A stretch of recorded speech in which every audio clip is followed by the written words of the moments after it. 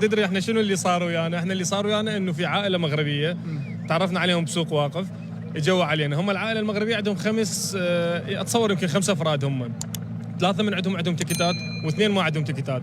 فالاميه كانت تقول احنا نريد نحضر بس ما بدنا نعرف شلون نحضر، نريد نحضر فما بدنا نعرف شلون نحضر.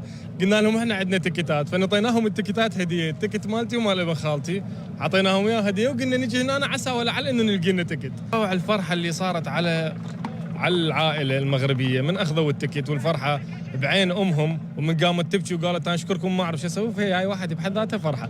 عدا عن انه هذا الشيء انت دائما تقدم فد شيء وتنتظر شيء من رب العالمين، يعني اكيد اوكي انت ما دام سويت فد شيء حلو راح يجيك فد شيء حلو، بس شو وقت ما تدري اليوم باكر يجوز احتمال على مباراة الارجنتين. يعني انا احس نفسي بمكانهم باكر عقب يعني مثلا اذا اني دا اشجع العراق وما عندي تيكت ويجيني واحد هو مثلا مغربي ويقول لي هاي التيكت ما تفوت بيها. تنظيم وشكرا على هالصدر الرحب والواسع. يعني صراحه انا ما احسه كاس عالم، احسه كاس عرب.